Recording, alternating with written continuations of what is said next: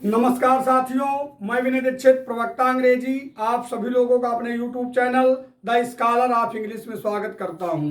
हम लोग प्रीपोजिशन पढ़ रहे थे, जिसके तहत कुछ प्रयोग हम लोगों ने प्रीपोजिशन के पढ़ लिया था। उसी के क्रम में आज हम लोग प्रीपोजिशन विथ का स्टडी करेंगे और ध्यान देंगे कि ज़्यादातर हम लोग केवल एक दो ही रूल्स प्रीपोजिशन विथ के बारे में चर्चित समझते हैं, लेकिन ऐसा नहीं है। बहुत से ऐसे स्टेप्स हैं जहां पर प्रीपोजिशन विथ का प्रयोग किया जाता है। देखिए, कभी कभी हम लोग अर्थ लगाते हैं के साथ, साथ जैसे अर्थों के लिए प्रीपोजिशन विथ लगाते हैं। हाँ, कुछ कंडीशंस में इस अर्थ में प्रीपोजिशन विथ का प्रयोग किया जाता है, लेकिन जरूरी या आवश्यक नहीं कि प्रीपोजिशन विथ का प्रयोग साथ और के साथ अर्थ के लिए ही किया जाए, या फिर इसका प्रयोग किसी औजार के साथ ही किया जाए। आज हम लोग काफी रूल्स पढ़ेंगे जो प्रीपोजिशन विथ से संबंधित हैं। हम लोग ध्यान देंगे रूल नंबर 1 की तरफ देखेंगे। रूल नंबर आपका क्या 1 क्या कहता है? के बावजूद, थोड़ा इसी के साथ हम जोड़ करके ये ध्यान दे लेंगे, के रहते हुए, के बावजूद या के रहते हुए, इसी से संबंधित समझ लीजिए, ठीक है ना। इन स्पाइट ऑफ अर्थ के लिए प्रीपोजिशन विथ का प्रयोग किया जाता है। के बावजूद अर्थ मान लीजिए और के रहते हुए अर्थ के लिए प्रीपोजिशन विथ का प्रयोग किया जाता है। अधिकतर ऐसी दशा में प्रीपोजिशन विथ जो है शुरू में ही लगता है। देखेंगे, विथ ऑल हर फॉल्स, यहां पर कामा लगा दीजिए। इसका अर्थ क्या हुआ? उसकी सभी गलतियों के बावजूद भी, कोई इसका ये अर्थ भी निकाल सकता है, उसकी समस्त गलतियों के रहते हुए भी आई स्टिल लव हर, मैं उसे अब भी प्रेम करता हूं। अगला वाक्य देखेंगे, with all his bad habits, उसकी सभी बुरी आदतों के बावजूद भी, यहां कामा लगा दीजिए, या उसकी सभी बुरी आदतों के रहते हुए भी he is a good scholar, वह एक अच्छा विद्वान है। और देखेंगे, विथ ऑल हर ड्रॉबैक्स, अपनी समस्त गड़बड़ियों के होने के बावजूद भी या अपनी समस्त गड़बड़ियों के रहते हुए भी, सी इज ए कैरेक्टरफुल लेडी, वह एक चरित्रवान महिला है। अब देखेंगे अगले वाक्य को, विथ ऑल हिज एजुकेशन, अपनी सभी, विथ ऑल हिज एजुकेशंस, अपनी सभी शिक्षाओं के रहते हुए भी, अपनी सभी शिक्षाओं के बावजूद भी, he does not know how to get job, वह ये नहीं जान पाया कि कैसे जॉब को प्राप्त किया जाए। और देखेंगे, हम एग्जाम्पल्स इसलिए अधिक दे रहे हैं कि आप लोगों की आसानी से समझ में आ जाए। आगे देखेंगे, with all her carelessness, with all her carelessness, उसकी समस्त लापरवाहियों के बावजूद भी, सी पास्ड, वह पास हो गई। ठीक है। और ध्यान देंगे, विथ ऑल हिज इफर्ट्स, अपने समस्त प्रयत्नों के बावजूद भी, अपने समस्त प्रयत्नों के रहते हुए भी, ही फेल्ड, वह असफल हो गया। विश्वास करते हैं कि आप लोग इस प्रयोग को पढ़े नहीं होंगे। आप लोग नोट्स बनाते जाएं और विथ का प्रयोग क्रमिक तौर से लिखें। हम अगले रूल के साथ तुरंत अगला रूल बताने जा रहे हैं।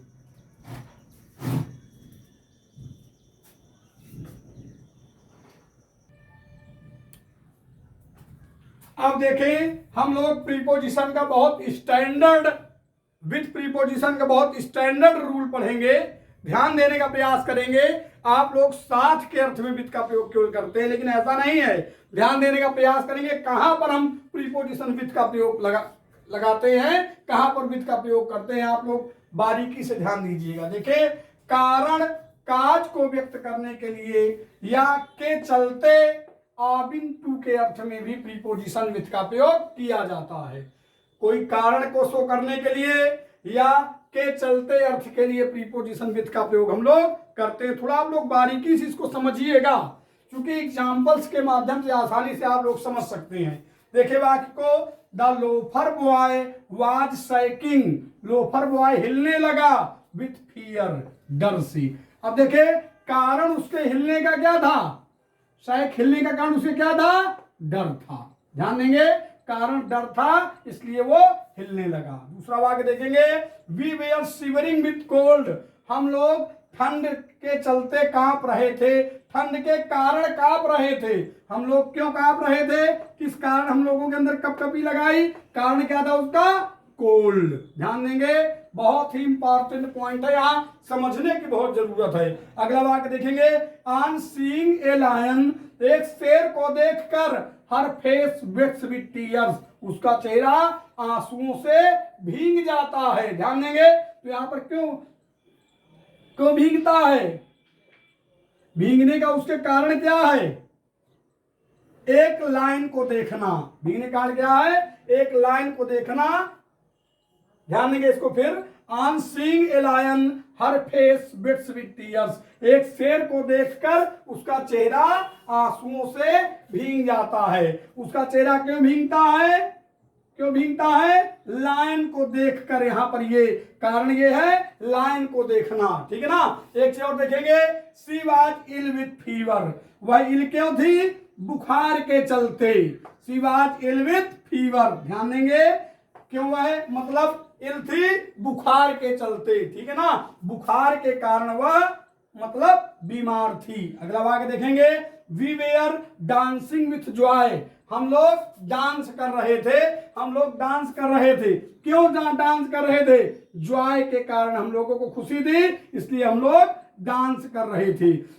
जॉय के कारण, जॉय के चलते हम लोग डांस कर रहे थे। अगले भाग को देखेंगे, her eyes where red with fear, उसकी आंखें जो है डर से लाल थी। उसकी आंखें लाल क्यों थी, लाल क्यों थी, डर के कारण, डर के चलते उसकी आंखें लाल थी। हमें विश्वास है कि आप लोगों ने बहुत कम ही एग्जाम्पल्स इस प्रयोग के पढ़े होंगे। लिखते जाएं और नोट्स बनाते जाएं, बहुत ही इंपॉर्टेंट पॉइंट्स हैं जिनका हम वर्णन कर रहे हैं। अब हम लोग रूल नंबर 3 को लेकर आ रहे हैं। रूल नंबर 3 लिखने वाले हैं जो है, उसको भी आप लोग इंडिकेट करते रहे, लिखते रहे जो है।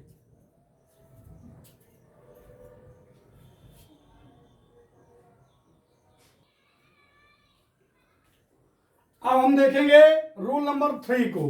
रूल नंबर 3 क्या कहता है कि यानी कार्य करने के तरीके, कार्य करने के तरीके को इंडिकेट करने के लिए भी प्रीपोजिशन विथ का प्रयोग किया जाता है। मतलब the way one does something को बताने के लिए भी प्रीपोजिशन विथ का प्रयोग हम लोग करते हैं। कैसे देखेंगे, शी फाइट्स विथ करेज, उसके कार्य करने का तरीका क्या था, वह कैसे लड़ी, करेज के साथ, साहस के साथ वह लड़ती है, ठीक है ना। देखिए, he is standing with his hands in his pocket, वह कैसे खड़ा है, उसके खड़े होने का तरीका क्या है, ही इज स्टैंडिंग, वह खड़ा है, with his hands in his pockets, अपने पॉकेट्स जेब में हाथ डालते हुए वह खड़ा है, उसके खड़े होने का यह तरीका है। और देखेंगे, I help the poor with enjoy, मैं गरीबों की मदद करता हूं खुशी से। मेरा क्या तरीका है गरीबों की मदद करने का, खुशी से मैं गरीबों की मदद करता हूं। अगला वाक्य देखेंगे, she spoke with great confidence, वह बड़े बहुत विश्वास के साथ बोली, है ना। तो ध्यान देंगे, उसके बोलने का तरीका क्या है, विथ ग्रेट कॉन्फिडेंस, बहुत ज्यादा विश्वास उसके बोलने का तरीका है। और देखेंगे, he does it with wisdom, वह इसको करता है बुद्धि से, उसके कार्य करने का तरीका क्या है, बुद्धि के साथ वह उस कार्य को करता है। ध्यान देंगे, इस प्रकार के कार्य करने के तरीके को इंडिकेट करने के लिए प्रीपोजिशन विथ का प्रयोग किया जाता है। हम प्रयास कर रहे हैं कि आप लोगों के समझ में आए, इसलिए अधिक से अधिक एग्जाम्पल्स यहां पर आपको समझाने का हम प्रयास करते जा रहे हैं।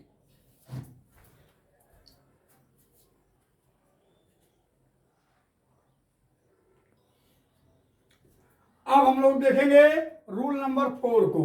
रूल नंबर 4 क्या कहता है, ध्यान देंगे, के समर्थन में या से सहमत, इस कंडीशन को शो करने के लिए भी प्रीपोजिशन विथ का प्रयोग करते हैं। इन सपोर्ट, इन सपोर्ट, किसी के समर्थन में या से सहमत, या से सहमत, या से सहमति अर्थ के लिए प्रीपोजिशन विथ का प्रयोग किया जाता है। देखेंगे, यहां ऐसे कर दीजिए, ऑल द टीचर्स, ऐसे कर दें, all the teachers are with me, सभी शिक्षक मेरे साथ हैं, या ऐसे कहें सभी शिक्षक मेरे समर्थन में हैं, सभी शिक्षक मुझसे सहमत हैं, मुझसे सभी शिक्षक मेरे समर्थन में है कहें अधिक बेटर होगा। देखेंगे the whole country is with the prime minister, पूरा देश प्रधानमंत्री के साथ है, या पूरा देश प्रधानमंत्री से के समर्थन में है। अगला वाक्य देखेंगे we are with him in his decision, हम लोग उसके साथ हैं उसके इस निर्णय में, या हम लोग उसके इस निर्णय का समर्थन करते हैं, या हम लोग उसके निर्णय से सहमत हैं। आगे देखेंगे all the Indians were with Shri Lal Bahadur Shastri, सभी भारतीय लाल बहादुर शास्त्री से सहमत थे, या सभी भारतीयों ने लाल बहादुर शास्त्री का समर्थन किया। ठीक है, ध्यान देंगे इस प्रकार जो है they are with us in each and every point, वे हैं हम लोगों के समर्थन में प्रत्येक पहलुओं पर, प्रत्येक पॉइंट पर वे हम लोगों के समर्थन में हैं, हम लोगों से सहमत हैं। ध्यान देंगे वाक्यों का अपने प्रयोग भी आप करें सेंटेंस बनाने में, ताकि नए नए किस्म के वाक्य आ सके जिनमें बढ़िया से अच्छे से प्रीपोजिशन का इस्तेमाल किया जा सके। अब हम लोग रूल नंबर नेक्स्ट को लेकर आ रहे हैं, रूल नंबर 5।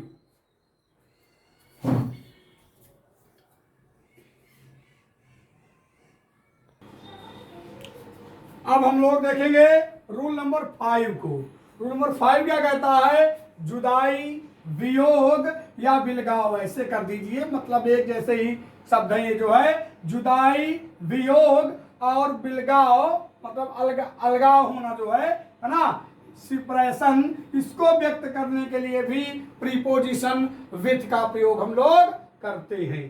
थोड़ा रूल लिखने के साथ साथ हम लोग एग्जाम्पल्स को भी समझते चलेंगे ताकि समस्या न जाए। देखेंगे he parted his beloved at the Kumbh Mela, वह अपने बिलव्ड माने प्रेमिका, वह अपनी प्रेमिका से पार्ट हो गया, क्या हो गया, अलग हो गया, जुदा हो गया, बिलगाव उसका हो गया अपनी प्रेमिका से, कहां पर, एट द कुंभ मेला, कुंभ मेला में, कुंभ मेला पर उसका अपनी प्रेमिका से बिलगाव हो गया, अपने प्रेमिका से वह जुदा हो गया। आगे देखेंगे she parted with her friend yesterday, वह अपने मित्र से कल, यस्टरडे माने बीते हुए कल में, she parted with her friend yesterday, वह अपने मित्र से कल जुदा हो गई, अपने मित्र से अलग हो गई, अपने मित्र से उसका बिलगाव हो गया।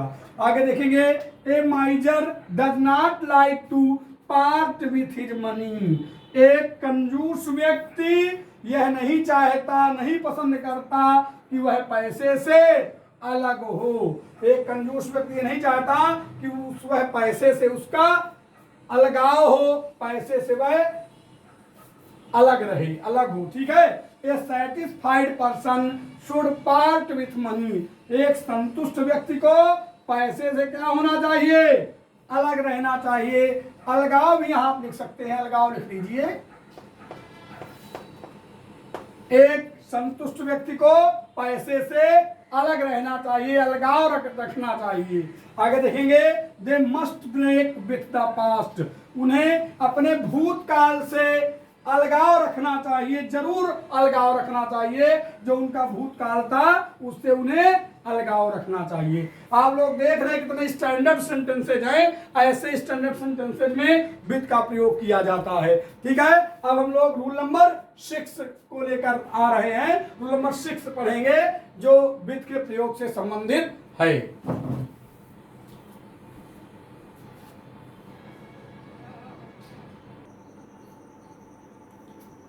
अब हम रूल नंबर 6 देखेंगे। रूल नंबर 6 क्या कहता है कि लड़ाई झगड़ा, दुश्मनी और विरोध या अप्रत्यक्ष रूप से ऐसी कंडीशन जो लड़ाई झगड़े को शो करे, इसको व्यक्त करने के लिए भी प्रीपोजिशन विथ का प्रयोग किया जाता है। देखेंगे हम लोग कैसे समझेंगे। शी फाइट्स विथ हिम, कोई महिला है वह किसी व्यक्ति से लड़ती है, किसी पुरुष से लड़ती है। देखो लड़ने के लिए विथ का प्रयोग यहाँ पर शो किया गया। आगे देखेंगे, they have an argument with the principal, उनका जो है तर्क वितर्क हो गया है। आर्ग्यूमेंट माने तर्क वितर्क, किससे? विद द प्रिंसिपल, प्रिंसिपल से, प्रिंसिपल से उनका कुछ विरोध हो गया है या उनका तर्क वितर्क, कुछ वाद विवाद, यहाँ ये भी वो कर दीजिए आप, यहाँ पर वाद विवाद कह दीजिए, यहाँ पर वाद विवाद ऐसे भी आप लिख दीजिए, वाद विवाद, ठीक है ना। उनका प्रधानाचार्य से कुछ वाद, they have an argument with the principal, उनका प्रधानाचार्य से तर्क वितर्क हो गया है, कुछ वाद विवाद हो गया है। आगे देखेंगे, the two nations are at war with each other, दो राष्ट्र जो है एट वार पर हैं, किसके साथ? विथ ईच अदर, एक दूसरे के साथ, दो राष्ट्र मतलब विरोध में हैं। एट वार, एट वार कह दीजिए इसको, मतलब युद्ध में है, ठीक है ना। यहाँ पर लड़ाई झगड़े का इंडिकेशन यहाँ पर भी है। आगे देखेंगे, those boys are fighting with one another, वे लड़के एक दूसरे के साथ क्या कर रहे हैं? एक दूसरे से क्या कर रहे हैं? लड़ रहे हैं। अगले बात को देखेंगे, stop fighting with your wives, अपनी पत्नियों से लड़ना बंद कर दो, अपने पत्नियों से झगड़ना बंद कर दो। हमारे हिसाब से आप लोग समझ रहे होंगे और आनंद भी ले रहे होंगे सेंटेंसेज का। अब हम रूल नंबर 7 का स्टडी करेंगे। लिखते जाएं और नोट्स बनाते जाएं आप लोग।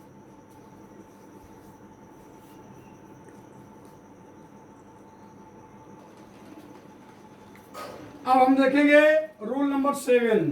रूल नंबर 7 अधिकतर आपको पढ़ाया गया है हाई स्कूल स्तर में, 9th 10th में आपको बताया गया है कि किसी औजार या किसी साधन से कार्य करने के लिए प्रीपोजिशन विथ का प्रयोग किया जाता है। यह आपको बताया गया है, इसके बारे में आपको जानकारी जरूर होगी। फिर भी हम लोग देख लेते, देखेंगे, she writes a letter with a pen, एक चीज ध्यान देंगे, she writes a letter with a pen, with a pen लिखा है यहाँ पर, देखिए क्योंकि यहाँ पर पेन पेंसिल भी हो सकता है, इसके पहले ए लगा है इसलिए विथ का प्रयोग हम करेंगे। अगर ए नहीं लगा होगा तो फिर ये अनकाउंटेबल नाउन हो जाएगा।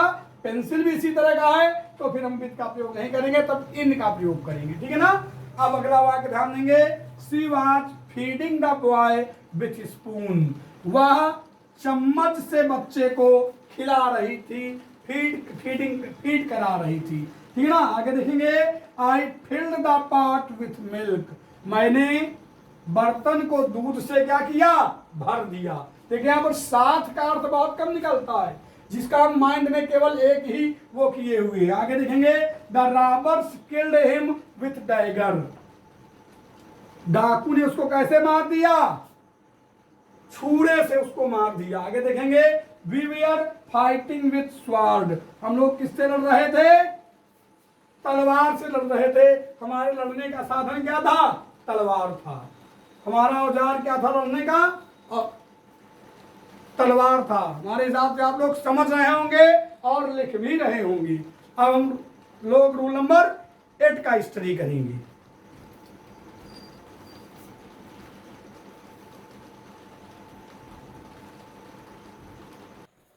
अब हम लोग रूल नंबर 8 देखेंगे। देखिए, यदि हम अपने शरीर के अंगों को उनके विशेष कार्य के लिए प्रयोग करें, विशेष कार्य का मतलब ये समझें कि यानी अगर हमारा कोई अंग है जो उसका कार्य है, उसके लिए अगर हम उसे शो करते हैं तो ऐसी कंडीशन को दिखाने के लिए प्रीपोजिशन विथ का प्रयोग किया जाता है। देखें हम लोग कैसे समझेंगे इसको। We saw both boys and girls with our own eyes, हम लोगों ने उन दोनों लड़कों और लड़कियों को अपनी आंखों से देखा, ठीक है ना। आंखों का काम क्या है? विशेष देखना। आगे देखेंगे, सी वॉक्स विथ हर फीट, वह अपने पैरों से चलती है। पैरों का कार्य क्या है?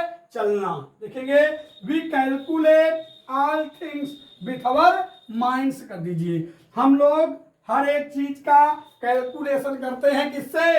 अपने दिमाग से। ध्यान देंगे, यहां कहीं साथ अर्थ नहीं आ रहा है। आगे देखेंगे, she chewed it with her own mouth, उसने इसे चबा लिया। कैसे? अपने मुंह से, उसने इसे अपने मुंह से चबा लिया। आगे देखेंगे we heard it with our ears, हम लोगों ने इसे सुना अपने, we heard it with our own ears भी कर सकते हैं, जो है हम लोगों ने इसे अपने कानों से सुना। देखिए कितने स्टैंडर्ड सेंटेंसेज और रूल्स हैं, आप लोग लिखते जाएं इनको और नोट्स बनाते जाएं, भविष्य में हर प्रकार की कंपटीशन परीक्षा में काम आएंगे। अब हम लोग रूल नंबर 9 का स्टडी करेंगे। देखिए इसको समझने का प्रयास करेंगे। अक्सर इस रूल का आप लोग प्रयोग करते भी हैं, इस रूल का प्रयोग अक्सर आप लोग करते भी हैं, ये दिखाने के लिए कैसे उसको हम जो है कैसे, अब देखो इसका प्रयोग करते इस नियम का, किसी व्यक्ति या वस्तु के साथ कोई व्यक्ति या वस्तु हो, इस दशा को व्यक्त करने के लिए। हैविंग या कैरिंग, चाहे किसी व्यक्ति के साथ कोई व्यक्ति हो या किसी व्यक्ति के साथ कोई वस्तु उसके साथ हो, इस कंडीशन को इंडिकेट करने के लिए भी प्रीपोजिशन विथ का प्रयोग किया जाता है। देखिए समझने का प्रयास करें। This is A jug with 2 handles, एक कोई जग है, उस जग में क्या है, 2 हैंडल्स दिए हैं, ठीक है ना। तो मतलब उस जग में कोई वस्तु है, उसमें और 2 वस्तुएं लगी हुई, हैंडल्स लगी हुई हैं, तो यहां पर हम प्रीपोजिशन विथ का प्रयोग करेंगे। आगे देखेंगे this is a coat with 4 pockets, यह एक कोट है जिसमें कितनी जेबें हैं, 4 जेबें हैं, मतलब एक कोई वस्तु है उसमें अन्य वस्तुएं भी हैं, वह 4 जेबें हैं, जिनको इंडिकेट करने के लिए विथ का प्रयोग किया गया। और देखेंगे the girl with A basket is a good lesson, एक लेसन है the girl with A basket, लड़की जो है किसके साथ है, टोकरी के साथ, जो लड़की है वह टोकरी लिए हुए है, कोई व्यक्ति वस्तु को लिए हुए है, इस कंडीशन को इंडिकेट करने के लिए प्रीपोजिशन विथ का यहाँ पर प्रयोग किया गया। आगे देखेंगे the man with sword is a dacoit, वह व्यक्ति, एक आदमी जो एक वस्तु लिए हुए, क्या लिए हुए, तलवार, वाक्य बता रहा है वह व्यक्ति जो तलवार लिए है एक डकैत है, डेकोइट माने डकैत, ठीक है ना। आगे देखेंगे the girl with blue eyes, वह लड़की जिसकी आंखें नीली हैं, वह व्यक्ति, वह लड़की जिसकी आंखें जो हैं वो कैसी हैं, नीली हैं, इज लोफर, वह कैसी लड़की है, लोफर लड़की है। आगे देखेंगे the boys with goggles, goggles माने क्या होता है, धूप छां के चश्मे, द बॉयज विथ गॉगल्स, वे लड़के जो धूप छां के चश्मे पहनते हैं, do not come to college, विद्यालय नहीं आते। देखें मतलब जो लड़के हैं वो क्या लिए हुए, क्या पहनते हैं, धूप छां के चश्मे जो पहनते हैं वे विद्यालय नहीं आते। हमारे हिसाब से आप लोग समझ रहे होंगे। अब हम लोग रूल नंबर नेक्स्ट को लेंगे। अब हम लोग रूल नंबर 10 देखेंगे, जो भी काफी हद तक कॉमन है, जिसका अर्थ आप लोग निकाल करके वाक्य में अक्सर प्रयोग कर लेते हैं, फिर भी हम लोग देखेंगे, इसका स्टडी करेंगे। देखेंगे साथ साथ, टुगेदरनेस ऑफ, सेम काइंड, एक साथ, के साथ जैसे अर्थ के लिए भी प्रीपोजिशन विथ का प्रयोग हम करते हैं। अक्सर आप लोग देखते हैं और इनका वाक्यों में प्रयोग भी करते हैं। कुछ एग्जाम्पल्स के माध्यम से हम इनको समझने का प्रयास करेंगे। देखेंगे he lives with me, वह मेरे साथ रहता है, ठीक है, वह मेरे साथ रहता है। आगे देखेंगे we go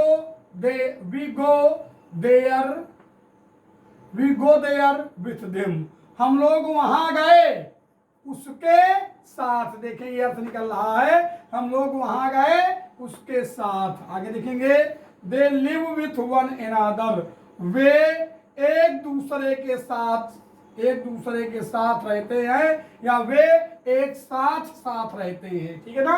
अगले वाक्य को देखेंगे she arrived with her luggage, वह अपने सामान के साथ आई, वह अपने सामान के साथ आ पहुंची। He went there with me, वह वहां गया मेरे साथ, वह वहां मेरे साथ गया, ठीक है ना। आगे देखेंगे the girls should go to college with one another, लड़कियों को लड़कियों को विद्यालय एक दूसरे के साथ जाना चाहिए। देखो के साथ लड़कियों को विद्यालय साथ साथ जाना चाहिए या एक दूसरे के साथ जाना चाहिए। हमारे हिसाब से इस नियम के और एग्जाम्पल्स आप लोग पढ़े भी होंगे और लिखे भी होंगे, आपके आसानी से समझ में आ रहा होगा।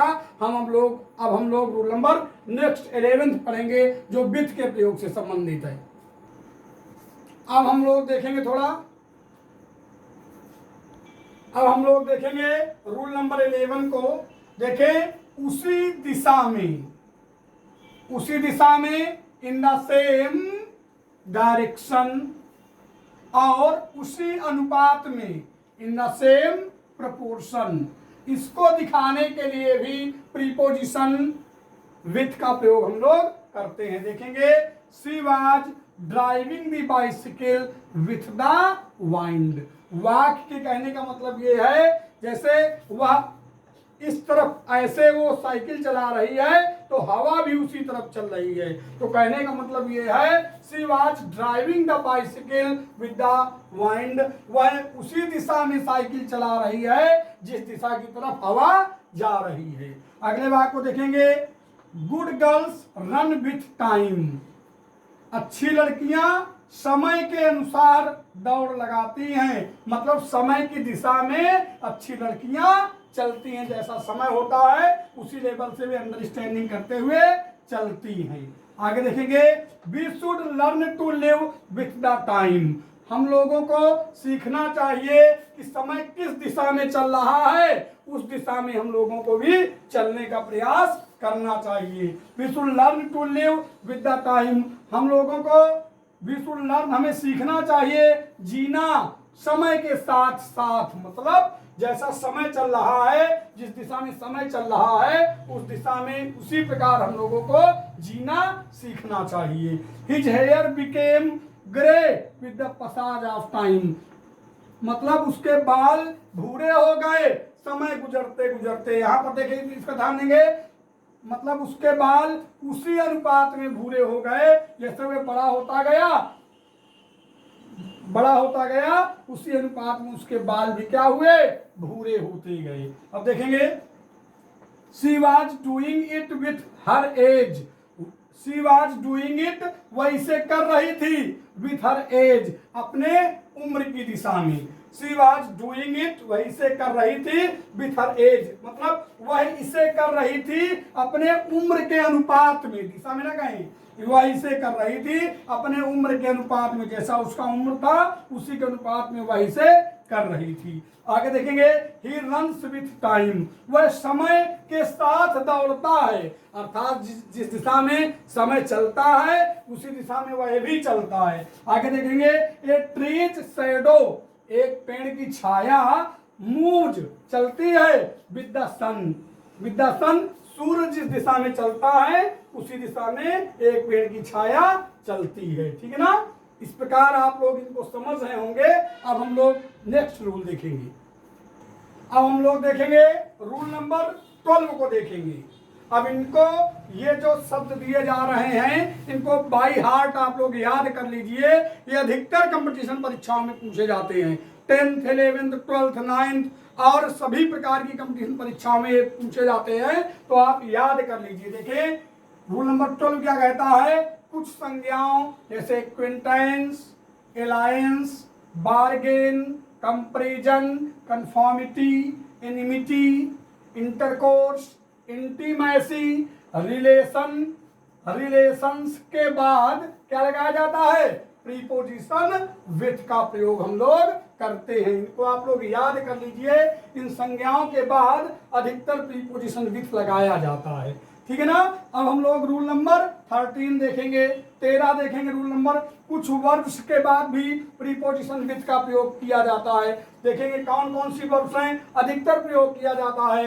Associate, bear, clash, coincide, comply, condole, cope, correspond, credit, deluge, disagree, dispense, expostulate, fill, grapple, intrigue, meddle, part, quarrel, remonstrate, side, sympathise, trifle, trifle या ट्रिफल, वाई के बाद प्रीपोजिशन विथ का प्रयोग अधिकतर किया जाता है। इनको आप लोग बाय हार्ट याद कर लीजिए। अब हम लोग अगले रूल की तरफ बढ़ रहे हैं, रूल नंबर 14 की तरफ। अब हम लोग देखेंगे कुछ ऐसे एडजेक्टिव और पार्टिसिपल्स पाए जाते हैं जिनके बाद हम लोग प्रीपोजिशन विथ का प्रयोग करते हैं। देखेंगे कुछ एडजेक्टिव्स और पार्टिसिपल्स के बाद विथ लगाते हैं। जैसे कौन कौन से हैं ध्यान देंगे, याद कर लीजिए बाय हार्ट, इनको तैयार कर लीजिए। Acquainted, afflicted, beset, busy, compatible, complain, compliant, contemporary, contended, contrasted, conversant, convulsed, delighted, denuded, disgusted, drenched, endowed, fatigued, fired, gifted, infatuated, infected, infested, inspired, intimate, invested, overcome, popular, repelled, satiated, satisfied, touched आदि। देखिए हमने काफी प्रयास किया है कि with के अधिक से अधिक ज्यादा से ज्यादा प्रयोगों को हम मतलब एक ही वीडियो में हम मेंटेन करें। हमने पूरा प्रयास भी किया है कि बहुत से रूल्स रेगुलेशन, बहुत सी पुस्तकों को पढ़कर हमने मतलब वीडियो बनाया है जो विथ के प्रयोग से संबंधित है। मैं आशा करता हूं कि आप लोग अपना नोट्स बना रहे होंगे और हमें प्रमोट करने के लिए हमारे चैनल को सब्सक्राइब करेंगे, शेयर करेंगे, कमेंट करेंगे, लाइक करेंगे। यदि आप चाहते हैं कि और अधिक वीडियो अपलोड किए जाएं तो कृपया चैनल को सब्सक्राइब करें, शेयर करें, कमेंट करें और ध्यानपूर्वक पढ़ें। इसी के साथ मैं विनय दीक्षित, प्रवक्ता अंग्रेजी, आप सभी लोगों से अगले वीडियो तक विदा लेता हूं। तब तक के लिए नमस्कार।